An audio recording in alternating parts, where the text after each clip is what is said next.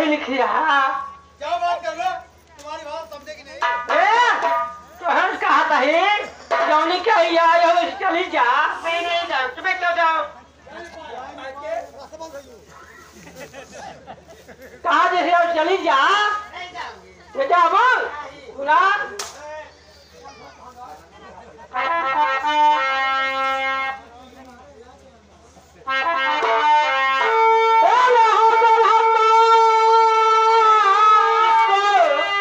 किसको ना तू किसको या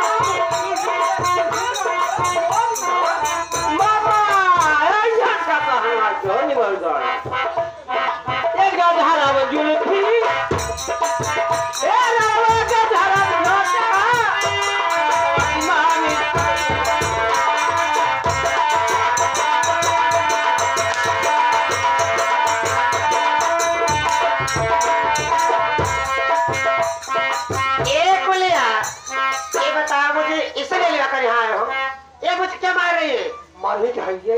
क्यों मारेगी? बाहर पल्ला हालो को ऐसा पल्ला, इतना बड़ा पल्ला मेरा है, उतना नहीं होगा उसका। ये पल्ला के बात ना कहते हैं। फिर किस पल्ला? वही भी है तू है दूसर। सर क्या होता है? तो मानो सिंह का पानी और बात खावे हमारे बाहर हम खाए और खावे। ओसा मरा